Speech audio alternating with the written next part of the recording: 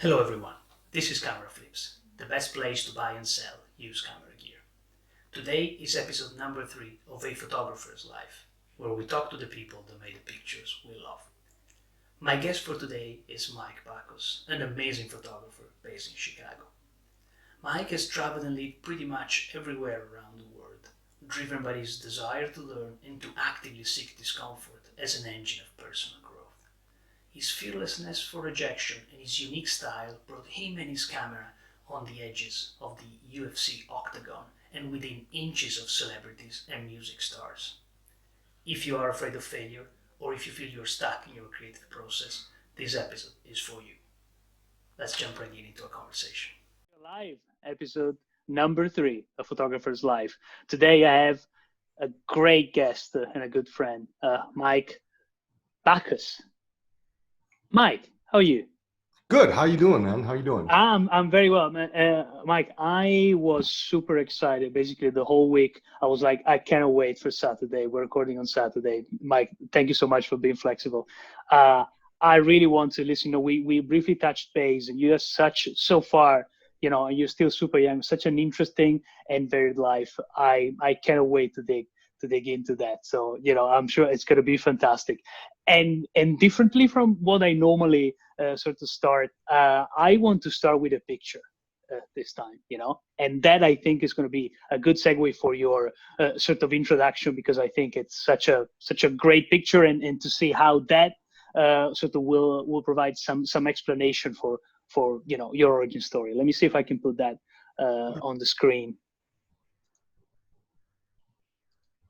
Okay, and I need to advise, you know, obviously viewers, there's some very strong content in what I'm about to say. It's from a UFC fight, so we'll put a timestamp in the video. But again, it's a great shot, and you know, it's worth talking about that. Okay. All right. All right. Can you see it? Yeah. It's UFC 189. Rory McDonald against Rory McDonald's the guy on the right getting punched, and Robbie Lawler. It was like it was an amazing card. It was like the same fight that Conor McGregor won his first belt. I mean, that card was packed. It was like Vegas felt like Dublin. You know, I mean, it was back in 2015. All the Conor McGregor fans came out there. Right.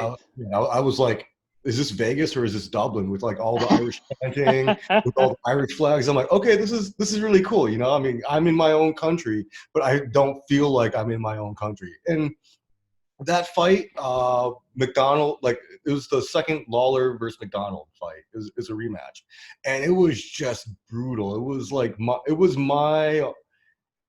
was like my personal Ali versus Frazier Thriller in Manila, or like if you're a boxing fan, Gotti versus Ward.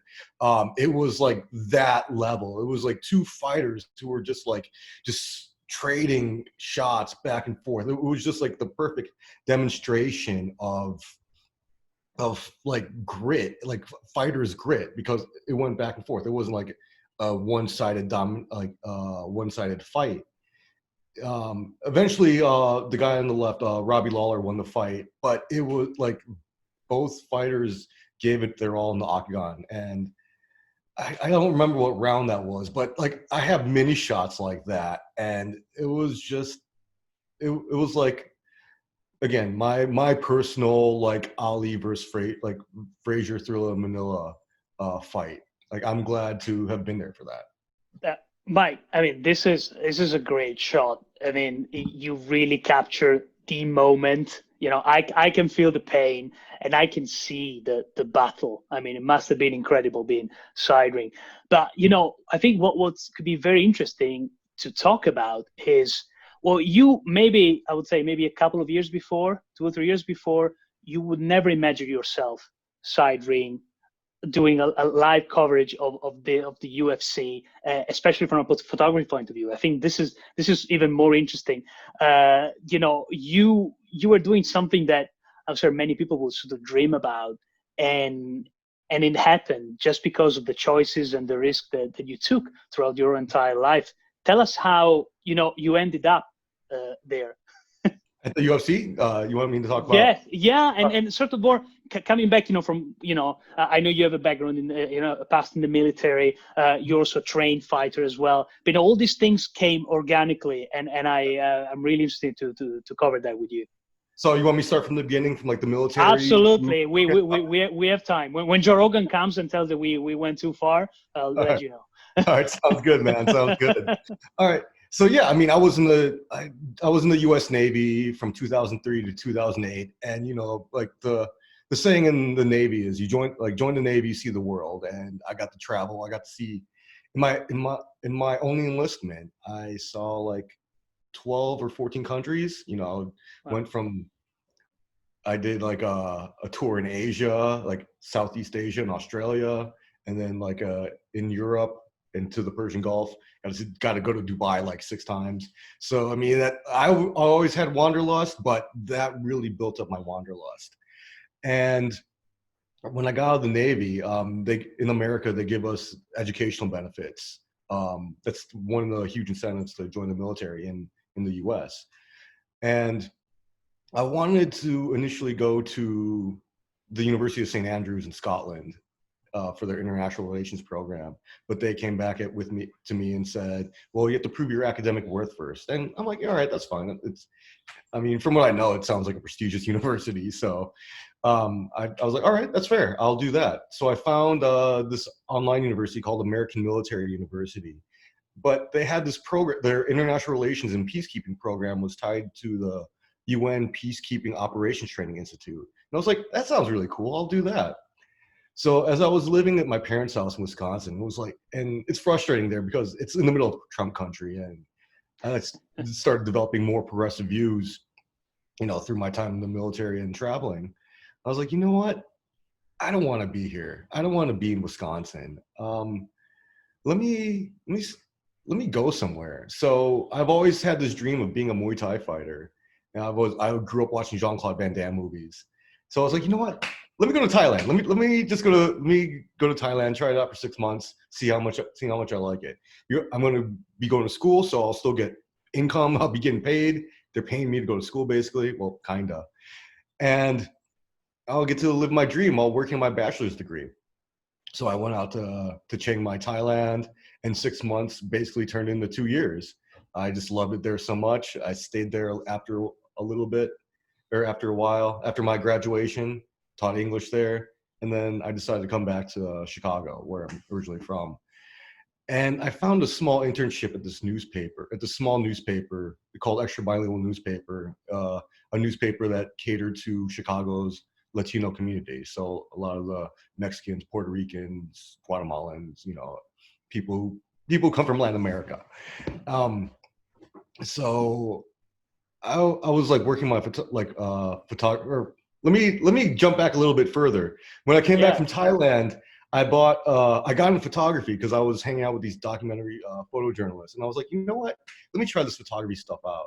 So I bought a Nikon D3100, bought a workshop from Creative Live to teach myself photography and how to sorry, stop it like that. So again, This is sort of the very first time that you're having a DSLR camera in your hand, entirely self-taught, and I think it's great, like to sort of say, okay, from what we've just seen and how you got there, it happened naturally, and I think it's great. Like it's like, okay, you felt this inspiration. I want to learn. You say, okay, well, let's give it a shot. Like, how difficult can it be? Yeah, continue. So you're back in Chicago. Yeah, I mean, of course, I don't want to diminish oh yeah, photography's easy. Just like, hey, of course, it's a craft. It's a craft I still hone. But yeah, I bought this Creative Live, or bought a D3100 with kit lenses, a Creative Live workshop to learn photography, to learn how to use Lightroom, and I just, of course, practiced. I was living at my parents' house in Wisconsin at the time, so I'd go to Chicago, take photos around the tourist attractions, like the Chicago Theater, the Sears Tower, all like the fancy structures that you think about when you think about Chicago. And I moved back there because I didn't want to be in Wisconsin anymore. Again, I just not a fan of living in like such a conservative place. So I moved to Chicago. I found like a small little internship at the newspaper I was talking about, and I would go around, take photos of local events. But I also understood that I needed to distinguish myself um, from my peers in the journalism world. So I also wrote. And I'm sure like a lot of photographers write too, but I loved writing as well. So on top of taking photos, I also wrote my own stories. And eventually the UFC came into town a couple months later, and my editor asked if I want to go cover the fight as a photographer. And I was like, yeah, of course. And I wasn't into the UFC at the time, surprisingly. Like I was more into boxing. But I was like, all right, let me see what this UFC thing is all about. And it was a nationally televised fight on the national, on like, not Fox, of course not Fox News, but it was like on the Fox network. And I was like, all right, this is cool. Like I could really get into this. A couple weeks later, there was a Chicago fighter who was fighting for the one of the UFC titles. He was about to go to Atlantic City, and I did a story about him because he's Latino, he's Mexican, and of course, it's something that the audience of the newspaper would be interested in. So I interviewed him. I met the UFC PR director, the public relations director. I got his contact info, and he gave me his business card. He said, "Hey, just reach out to me whenever you need something." And I was like, "All right, cool." I didn't think of anything of it. And then I found out, like, and then I would follow the UFC events. And a couple of weeks later, I found out there was a Latino UFC fighter from Milwaukee fighting. And I pitched the UFC director, like, "Hey, can I interview this guy?" And he said, "Sure, here's his phone number." I called him up, interviewed him, did the story, just the usual, just usual journalism stuff. And then I showed the UFC PR director the story. And I thought, I don't know, I just grew some proverbial cojones and asked him, like, "Hey man, hey dude, can I go out to Vegas to cover this fight, to take photos?" He's like, "Yeah, sure. Here's the online application. Just fill it out, and we'll see you in Vegas." And I was like, "Whoa, it was that easy? Okay, cool." So I had to fund everything. I funded my own flight to Vegas, and I'm not a fan of going to Vegas. To me, it's like everything that's wrong with America on steroids. So I only went there for one day, but I mean, it was a great time. Like, I'm like, oh my God, I'm at the fight capital of the world, at the Octagon, covering a fight. It wasn't like, it wasn't like a huge fight. It wasn't like Mayweather versus, Pacquiao or whatever. But it was like, I'm like, okay, I'm here. I've set my foot into the arena, literally and figuratively. So yeah, a couple months later, I was like, you know what? I gotta do this again. So I pitched a story with the UFC about, like, hey, it's their International Fight Week, 4th of July. I try to make a whole military experience thing where I bring 2 other veterans with me to cover all the Fight Week festivities in Las Vegas. And the UFC was super cool. They gave my friends press row passes, and of course I got my Octagon side credentials, and I'm like, wow, this is really cool. And I'm really grateful for the UFC for giving me the opportunity. And that went on for 2 years, like from 24, actually on and off for like 4 years. So 2014 to 2015, I was like covering fights like every few months in, like, Vegas, Chicago, Dallas, LA. There was after the Conor McGregor Jose Aldo fight, after he officially won the title, there was a span of like a year or two where I didn't cover any fights, and then I covered fights for international MMA publications, like one in India and one in Sweden. So there was one fight I covered a fight in Shanghai. They paid for half my flight to go to take photos of the fight in Shanghai. And I'm like, and I've been to China before, but I was like, all right, this is cool. Like, I get to go to China as a sports journalist. And for the fight in Sweden, I covered one in Milwaukee, and that was my last fight. The UFC made some changes. I doubt I will ever get the opportunity to cover the UFC and to bring my friends with me. But it was super cool. Like, it was, again, like being in photography for only a few months and then covering a major sporting event. I was like, wow, it was like, it made me believe that I could do anything, that crazy American optimism that you believe that anything is possible if you put your mind through it and if you find yourself in the right situations. That happened to me, and I was like, whoa, okay. And I still talk about my imposter syndrome. I was like, you know what? I never thought I was good enough to be hanging out with like ESPN photographers or like agency photographers from Getty or AP or Xinhua. I'm like, but I'm there. I was there. So yeah, it was an amazing time, and it definitely, I think, yeah, it helped. I would say it helped me further in my career, like whether like, you know, getting into journalism school at Northwestern, or what I'm doing now with this nonprofit for their social media, because visual components are important in social media. But yeah, like just to get my feet wet by shooting a huge sporting event, like huge sport, like covering a huge sporting organization, was just an amazing thing. I think it's incredible. Like I always think of that sentence, you know, you miss 100% of the shots that you don't take, right? And you say you mentioned you feel sometimes that you have this imposter syndrome, but actually it's I don't think it's like that. You know, many people sort of self-censor themselves. They don't put themselves out there. They not only they think they're not good enough, but the world doesn't provide them with the opportunity, right? And instead you to an extent, you know, at the beginning, even naively say, oh, okay, well, of course I can do it, right? You know, how difficult it is. You told me, you know, some time ago that, you know, you came with your Nikon D300 and everybody else has incredible kits and stuff like that, and you with a tiny thing, but, you know, but that's it. You were just showed up and you did your best. And then one thing led to another, like, and if we want to sort of quote another, you know, like Steve Jobs said, you only connect dots backwards. You know, how important every single step that you took was so instrumental to where you are even now, right? You can see that there is a storyline, a trade union, and many people just stop at the very first step. Like, should I take that internship? Should I practice with my camera? Should I try to do something that probably I'm not already good at? And I think it's incredible, and it's a great. I think, in my opinion, it's a great story, not just for photographers. How many photographers, they're even afraid of taking a picture and uploading on Instagram because they're afraid of being judged, right? They're afraid of, and I know that this is very important for me. I was looking at the,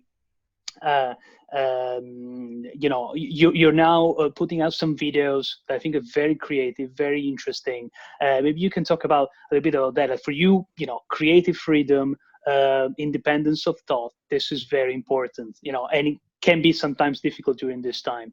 And maybe you can sort of tell us more about your current sort of creative projects as well. Like, yeah, and what I'm doing right now is I ride motorcycles. I've always been into motorcycles, and now I bought a GoPro Max. It's a 360 video camera, and I was like, you know what? I used to rip on GoPros a lot because, like, you know, you come from fancy journalism school, you're using like maybe not like top level cameras, but like, you know, like a Sony FS7 or like, you know, shooting on a Canon C300. You're like, GoPros, like, why would I want to shoot with this consumer level stuff? So I was like, but then when I discovered the GoPro Max, I'm like, oh, this thing shoots in 360. Let me try this out. I've not had to use my video editing skills in a while. So let me play with this. Of course, I taught myself how to edit 360 video on YouTube. Thank you, YouTube. The great thing about the democratization of technology. So I bought this camera, mounted it on my motorcycle, and just, you know, shot. I mean, maybe my videos aren't that great, which is fine. Of course, we have to start somewhere, and we all suck when we first start. We're all white belts. But, you know, I'm taking this the same way as I took photography. Like, you know, when I started photography, I didn't expect to shoot the UFC. I didn't expect to go anywhere with it. I was just doing it for fun, you know? So maybe, like, and I'm not trying to think about like, hey, you know what? Maybe I'll be Anthony Bourdain on motorcycles. You know, I'm not looking at it like that. I'm like, hey, you know what? I'm gonna put this out there, put this on YouTube, put this on my social media. If 10 people only watch my videos, that's fine, whatever.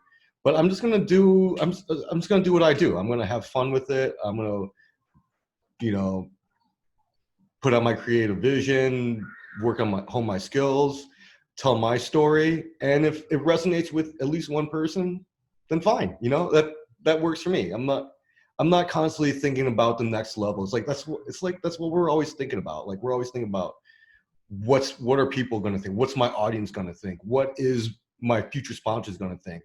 Like, how am I going to get to this next level? And that's great and all. Like, I mean, it's great to have ambition, but you know, when it comes to creative ventures, we always lose the fun of it. Like, we always forget, like, we started doing this because we loved doing it. We loved having fun.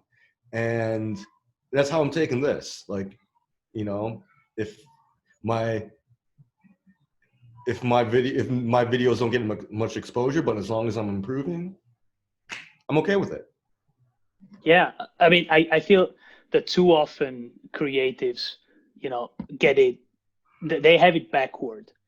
They start thinking about a project that in their mind will have an impact of some sort, and say, okay, it's like, okay, I'm creating a product, and I'm trying to picture myself as, you know, thousands or millions of individuals in a sort of a weird way, say, what would they want? And then I go and create that. That, I mean, not only really diminish the art and the craft, but most of the time it's wrong, because, you know, I don't think I can even fully understand myself completely, let alone trying to picture, you know, hundreds of thousands of minds, how they interact. And again, you know, the demonstration that what you just need is the courage, you know, and to try it with yourself out there, to continuously improving, and the mindset of say, hey, at least I tried something that I wasn't good at before, and now I know how to operate. Surely this at some point will help me. And you know, if you look at this, you know, story of anyone that did something of, you know, relevance in the world, they were never concerned about, okay, how will it be perceived? What is going? What people will really think about in, you know, tomorrow or in 100 years? More about, okay, do I like it? I'm on the right path. That is great. And I mean, and you know, you have a history of thinking outside of the box, right? Which is you know, this, you know, goes hand in hand with that independence of thought that we mentioned. Is there any other? If we talk about photography, is there any other things that happened in your life that were sort of as a result of seeing the world slightly differently, not conforming to the dominant thought? What is it that other things that, you know, great things that happened to you when you decided to swim against the current? You know, good. That's a good question. Thank you for asking that. And like, my pleasure. I think, yeah, I think like I think growing up in like just environments where you're expected to conform, whether it's, you know, like, I'm Filipino, so I grew up in a strict Catholic household. You know, growing up in a conservative area of America, being in the military, like the military is a very conservative area. I think just being in those environments, like, and the type of person I am that has like this intellectual curiosity, it just made me want to like develop this punk rock ethos of just like, hey, you know what? Forgive my français, but fuck your status quo, you know? Like, just like anything that, like any environment where like someone is just trying to shove their ideals down your throat and expect you to live to their standard, just really like started to fuel this anger toward like, toward the society's expectations. So I'm just like, you know what? I'm just gonna do me, and I'm gonna support other people who want to be themselves. You know, just like whether it's creatively or, you know, however they want to live. I'm just like, all right, that's cool. Like, I'll work to be your voice in that. So like, I guess there's like this social justice component on the punk rock ethos that I try to live, but I don't think there's a specific incident. I think it's just this culmination of just being in conformist environments that just created this powder keg. And I'm like, you know what?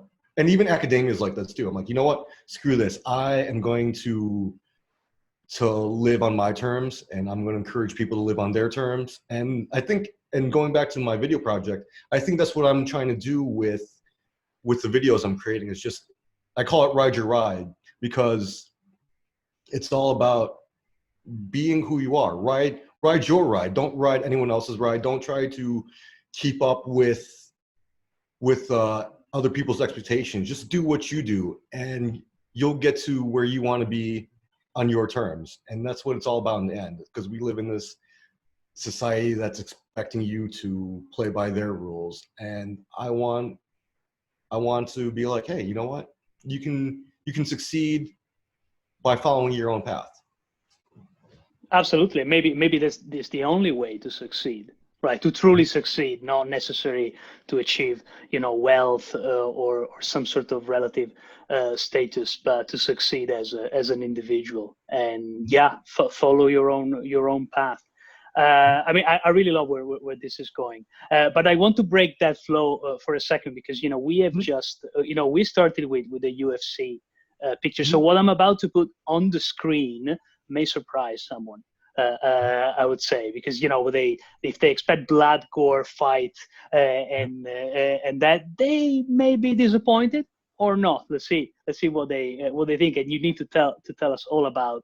Let me just pull it up. You need to tell us all about this other picture. Okay. Ah, all right. So right. Well, that's very different, right? Yeah. I would say a little different from a little different. Just a little bit. Yes. So you want me to talk about the picture? I mean, we left you at the octagon, covered in blood and sweat, and now you're taking a picture of Gwen Stefani. What's going on? All right. So there's this big music festival in Chicago called Riot Fest. And it's basically like, I don't know if you're familiar with the Vans of Warped Tour, but like all the music I used to listen to when I was a kid, like punk rock, like they would have people like Weezer, Offspring, Rage Against the Machine. Well, not Rage Against the Machine, I'm sorry. Rise Against. There was a British punk band, Cocksparrow, that performed there. It was like all this music I used to listen to. And they first started in the neighborhood where I was born in Chicago. So I got really excited to do concert photography. I was like, you know what? If I'm gonna this is the only time I've done music photography. It's like I've never covered small bands. I'm like, Wu-Tang Clan? Okay, like take photos of Wu-Tang Clan and Offspring. I'm like, okay. So I did that for 3 years, and there was this year, this was the year that both No Doubt, there was a No Doubt reunion, and then probably 15 minutes later, across the park, NWA was doing a reunion show, and this was the same year Straight Outta Compton came out. So I was like, whoa, okay. On top of all these acts, I got a choice between covering No Doubt, the No Doubt reunion, or NWA's reunion tour. So this was I went to the No Doubt reunion first, and I was in the photo pit for that one. So this was one of the photos I took of Gwen Stefani. And I always had a crush on her, in high school. So I was like, oh, cool. I get a photo of my high school crush. How, let me stop sharing. How it seemed, I can see a theme, which is, maybe you're sort of understating, but you say, oh, can I go and cover that? Can I do that? Apparently, according to what you're saying, with no relevant experience, you don't even have the gear, and people just say, oh yeah, Mike, you do that, right? That I trust you completely. What's your secret? Is it just an understatement, or is it something more? And let me clarify, it's not I always get yeses. It's like if I ask to cover something, I can't call up the NFL and ask to cover the Super Bowl. I'm like, hey, can I cover the Super Bowl? Oh, they're going to reject me. First off, because I don't have a media outlet anymore. And I've been rejected. I asked to cover the Mayweather-Pacquiao fight. They said no. And I'm like, okay, I've been shot down a lot. So, and if I did cover an event, I realized I would rent a Nikon D4 or a Canon 1DX with the high quality lenses. But yeah, I think it's just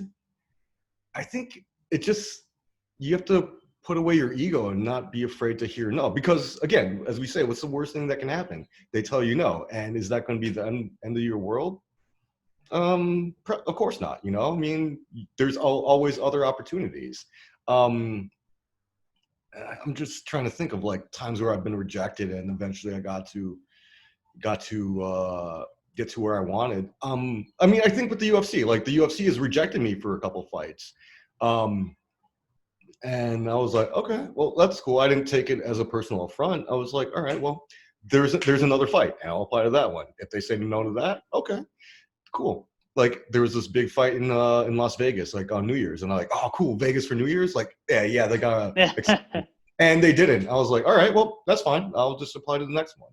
So it's just like tampering your ego and just be like, hey, you know what? If they tell me no, it's not personal.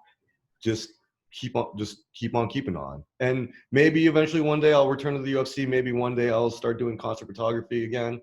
I'm sure I'll get many rejections before that happens if I want to do it. But it's just, again, just not be afraid to hear no. Like that whole like salesman mentality. Just you keep hearing no, eventually you'll hear a yes. Whether it's like 3 no's or 300 no's. Just eventually not give up.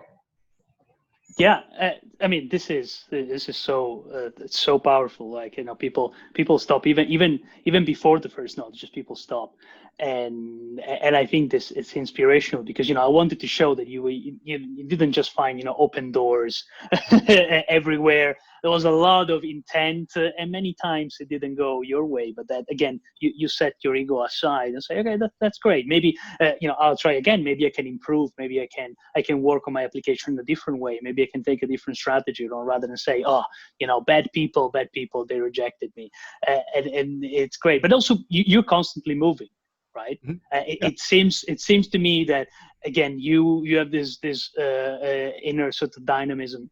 And you just move continuously, and that keeps you ready to grasp the next opportunity. I just want to sort of maybe tell everyone, you can talk a little bit about that in terms of you know, going after the opportunity and not be afraid of trying something different. Is it true that you may be moving to Tulsa in the near future? Possibly, like in the near future, like Tulsa, of course, like Oklahoma was never a place I considered living in. I'm like, why would I want to live in Oklahoma? What's there? But there was this program called Tulsa Remote that allowed, like, I'm a remote worker. I work online now. I work from home. So the city of Tulsa is offering $10,000 to remote workers for a year if they live there for a year. And I was like, I could use $10,000. That's $10,000 more than I have. Why not? Why not? Currently, yes. We all can. We like show me someone who could blow off an extra 10 grand, and like, yeah. I don't know, like I want their life, because to them, if 10 grand's circus peanuts, I'm like, well, I want to know what you're doing. But for my peasant ass, I was like, hey, you know what, $10,000, I could use that. So yeah, I'm thinking about doing that. I'm gonna go to Tulsa sometime next month. I think July 15th actually, to see if I could do it. To live there, check it out. The lady I interviewed said like, hey, yeah, I'm thinking about connecting you with other photographers when you come down here. I was like, whoa, okay, well, let me see what this is all about. So I'll. So how many people are inviting? I'm not going to use the word recruiting, but are they trying to create, like, can Tulsa become, you know, one of the creative hotspot of the US because of that? From what I've been seeing, it's like, you know, Tulsa is like they're campaigning to try to be like the next Portland, Oregon, or Austin, Texas. And I could be wrong. If someone from Tulsa is watching this, or someone from Tulsa Remote's watching this, I'm like, I could be wrong. But it seems like that's what they're doing. You know, they're trying to make Tulsa a more diverse place, which is cool. I'm like, hey, I'm all about that. I looked on their website, and it seems like they're doing progressive things, like having a pride parade, and well, when you could have parades. You know, they're trying to do, like, create this like this cosmopolitan vibe in Tulsa, Oklahoma, like somewhere that, you know, most people don't think about, like not even America. We're like Tulsa, Oklahoma, what's there? So that's a flyover state, you know. So they're trying to create this more progressive, this more diverse climate there. And I'm like, okay, let me see what it's all about. Yeah. Well, I mean, it seems that you always have this sort of intuition in a sense. So let's move towards and gravitate towards like interesting things. I have a feeling this will turn out, and I think it is a very interesting project. From my point of view, the idea that and see how it goes. Right. Obviously, it's for a year, right? Yes, The idea is the idea of sort of creating that type of vibe and the type of environment, rather than sort of more a top-down approach, rather than sort of naturally, if there's anything natural, for people to gather in a certain. So I'm very interested if you can sort of reignite or just create that sparkle from from the state, from the local council side, rather than from the people. I think I'm very interested in see how that pans out. But yeah, I mean, are you looking forward to that? Is it any other? Are you clear, actually, or you? Yeah, actually, I kind of am. Like it's I think like because Chicago, like this is like being in Chicago for 7 years has been the longest I've stayed somewhere in my adult life. So I feel like I'm getting stale here. I love Chicago. Again, this is my hometown. I'll always love Chicago. This is, to me, I'm biased, but this is the best city in the world. But as a creative, there's times where you need that change to reinvigorate your creative juices. And if that involves me going to Tulsa, a place that not many people have heard of, then so be it. If that's what I have to do, maybe it'll lead me to go to Colorado. Maybe it'll lead me to go somewhere else. Maybe I might come back to Chicago after that. I don't know. But it's just, as you said, like, I like how you use that term flow. Like, I'm trying to like flow and just trying to just kind of go with the current, but also go with what I'm feeling. Just trying to just, well, I guess I'm just trying to reinvigorate my creative flow. Yeah. I mean that way. Sometimes we force ourselves into spots that are not, they're not our shape. They're not destined for us, and that drains us rather than invigorating. And a new challenge that involves moving, involves changing potentially. A lot of what your life currently is, can be an opportunity again to grow, to expand, to try something else, and it gives us energy, which is great. But I believe that you also, you're very chilled about it. You very look forward, because you also have traveled a lot, right? You said that you travel so much straight from the military, like within the military, and then you continue to that. And this sort of leads me to another picture that I find incredibly interesting, and how, same for me. I travel quite a bit and I lived abroad, and I think that there's something happens to you, even if you had all terrible experiences. Every time you travel, something happens to you. You're far more relaxed Sorry. Oh no, I was gonna say, like, you can't appreciate the good experiences without having bad experiences. Yes, that is true. But that it does definitely something to you. Let me put this one up. Okay, you see it? Yeah. I mean, I love the shot. First of all, you can tell us how you realize it. Where were you in this picture? This is in Prague. This is the Flora metro station in Prague. And I was like, you know what? Like I did a summer internship in Prague while I was in journalism school. Now, I found this internship because the journalism school I went had this optional, like, called it global fifth quarter. I was like, all right, well, let me see what they got. No offense to London. I've never been to London. I'm sure I'd love it. I was like, London. Careful. Careful.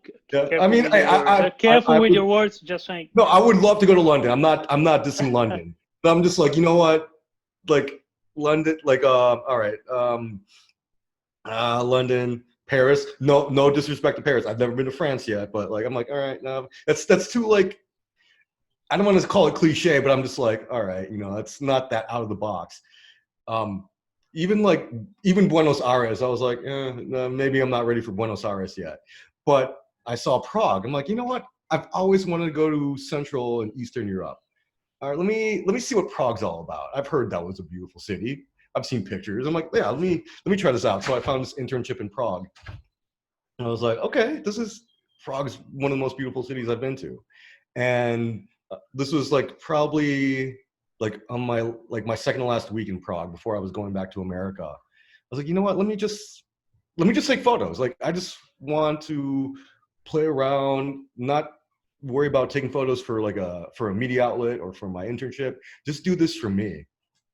So I just went down to the metro station, just like, you know what, let me try to do a long exposure shot in a subway or in a metro. So this is the shot I came up with, and I liked it because I'm like you can see like the transparency with like the buttons on the subway wall and the metro wall along like with the train moving. The first shot I took, it didn't have that transparency. I liked it, but I was like, you know what, let me try this again. Change the settings a little bit, and then I got this shot. I was like, all right, you know what, I dig this. I'll stick with this. It's a beautiful shot. It's obviously it's a sort of a, I live in London, and I can immediately relate to this. Everyone that lives in New York, Paris, when there's an underground station, this is sort of brings up those memories. It's really beautiful, and again, you've been around, for so long, and every time you took the opportunity to experience. So for how long were you in Prague? For like 2 months. And what do you think? Did it not change you? But how did you react to staying in Central Europe, in Prague for a couple of months? Is anything that you sort of you change in some ways? You've realized that your perspective has been broadened as a result, or literally nothing? You get some great cheap beer, you enjoyed it, and that was it. No, I mean, of course, like every place you go changes you in some way, especially if you're there for a longer period of time. And to me, like 2 months, it wasn't long enough for me. After being in Thailand for 2 years, I'm like, I didn't feel like, 2 years in Thailand, you feel like you got to experience the culture. 2 months in Prague, I was like, all right, maybe I scratched the surface. Of course, I did learn about Czech culture during my time there as much as I could. In America, we come from this place where everyone's like friendly on the surface, like, hey, how's it going? Whether you walk to the store or get your coffee from the barista, like, hey, how's it going? But they don't really care. It's just like, you have to go through the motions. If someone was real and you answered like how you were really feeling, people would be like, whoa. Too personal. Yeah, I'm just like, just why are you breaking the flow? So I felt like with living in Prague and being in Central and Eastern Europe, I felt like people there were a little more authentic, even though they were like more gruff on the exterior. Like maybe they seemed a little like they seemed less friendly, outward facing when you first met them. I think eventually over time, like if you really got to know someone, if they got to see you over and over again, you truly got to know, like, I don't want to say peer into their soul, but you got to know them a little better than the superficial level. We know each other, we interact with each other in America. So I really appreciated that, like the authenticity and Europeans in general, like from like, the Germans and like, all the way to the Russians, I guess, I like that not superficial interaction in the meetup, but eventually down the road, you get to know someone if they allow you to. But yeah, it's like what I really took away from Prague is like, it's a beautiful city. It's one of the most beautiful places I've ever been. And I always say that I have unfinished business there because I felt like Prague was my Paris. Like I could have been, if I was there a little longer, I could have tapped into my creative flow there. I felt like it was a beautiful city. So if I was able to stay a little longer, it could have been my version of Hemingway's Paris. But okay. maybe I'll make it there eventually, or Slovenia, somewhere. I don't know. Is there? Are you more fascinated by the places that you have been or by the places that you have not been? And let me sort of reformulate, now, of course, you have this project of, you dedicate at least 1 year in Tulsa, but, is there any, unless you really want, you think you really want to be in America with, and everything that happens is still your home, and this is where you feel more and the most at home. But is there any other place when you think you could live sort of longer term somewhere else? That's a good question. And like I'm both fascinated with the places I've been to and where I've not been to. Like every place I've been to, whether it's Dubai or whether it's the few days I had in Kuala Lumpur or definitely like a place I lived long term in Chiang Mai, or I've never been to India. Like I'm just fascinated with the foreign, with things that are different.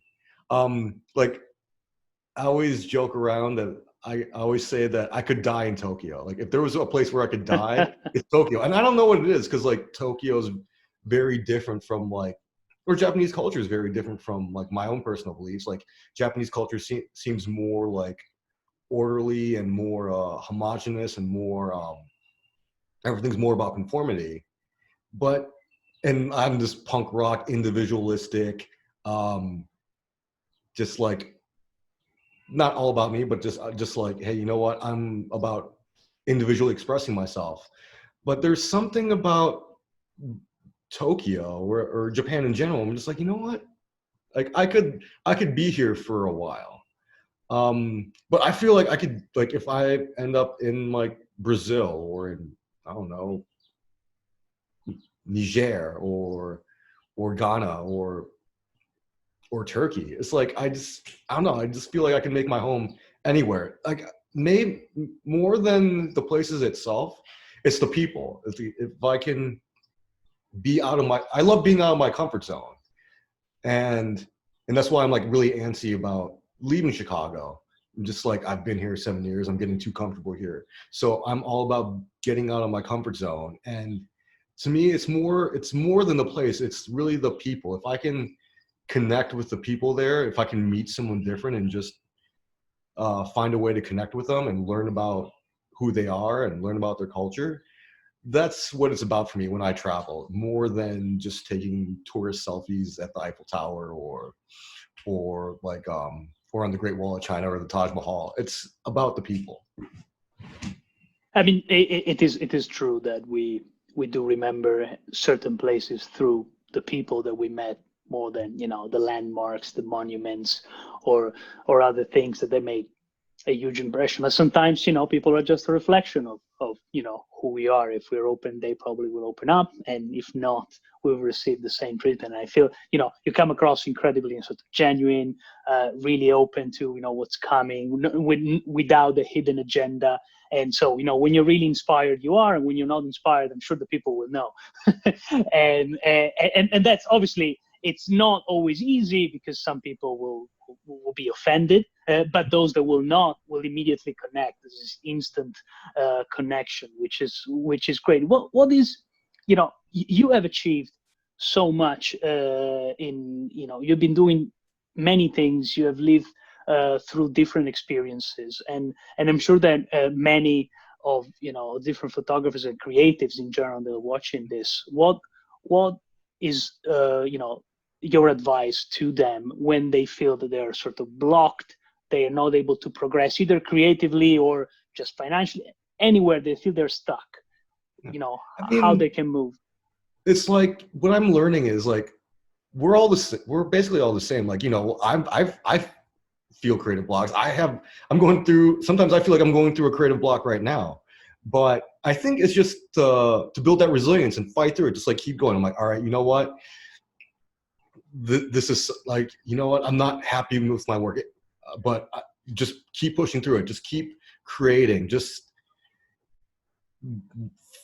find inspiration. Like whether it's like watching a Anthony Bourdain video or reading something or looking at an Ansel Adams or Annie Leibovitz book, or reading, just keep like trying to find that inspiration.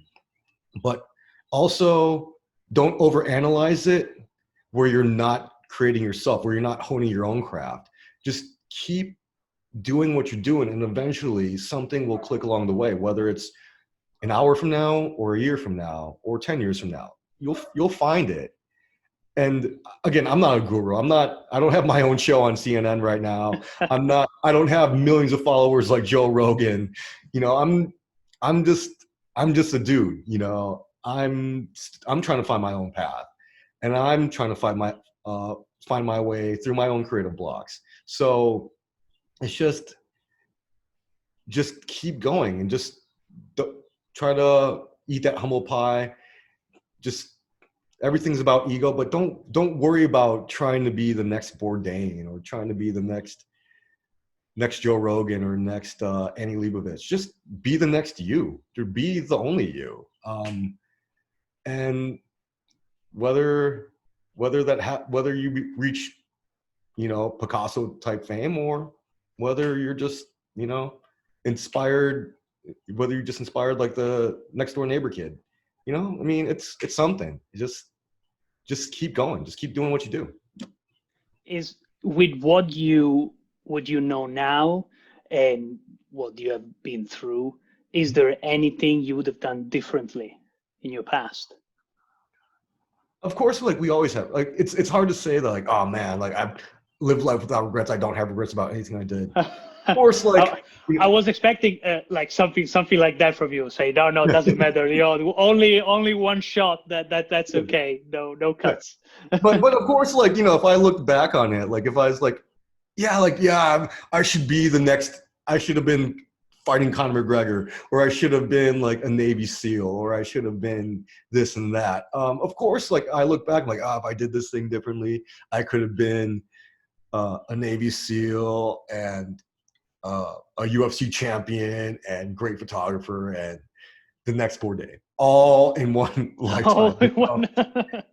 I could go on and on about like the regrets I have, but like but I'm here, you know, this is where I'm at. Like, all I can do is just keep going forward, keep trying to hone my craft and figure out where it goes from there. Yeah. Mike, this was, I mean, very, very inspirational, I would say. I think that we definitely had a lot of food for thought. And I guess many people will listen to it and say, you know what, maybe I'm going to make that phone call. Maybe I'm going to write that email. Maybe I'm going to show up to, you know, to someone's door and say, hey, you know, I'm here. Let's talk. Where can people find you on the internet? All right. So my YouTube channel is called Ride Your Ride. You can check that out. It's like my 360 video, my videos I shoot on my GoPro Max on my motorcycle. My Instagram is Misfit Mike B, because apparently someone has the same name as I do, which is shocking for me. I'm like, oh, I thought my name was uncommon, but someone beat me to my name. So I'm like, hey, all right, you know what? I'm a misfit. I'm going to own my misfit moniker and just call myself Misfit Mike B. So you can find me on Instagram if you want to follow me. And I really use Twitter because I feel like Twitter's accessible, but if you want to find me on Twitter, it's Mike Bacos. But mainly Instagram and my YouTube channel is where I am. Okay. Well, I'll make sure that, you know, we'll be in the description. It will be on the screen as well. And hopefully, you know, at least one person of the, you know, 2 or 3 that will actually watch this will be inspired and maybe reach out and, you know, will have changed one life. Mike, sure. It's been absolutely fantastic, and hopefully we'll have you again very shortly. For sure. Thank you, and thank you very much for having me. It was an honor and a pleasure. Thank you. Have a great rest of your day. You too. Thank you. Bye.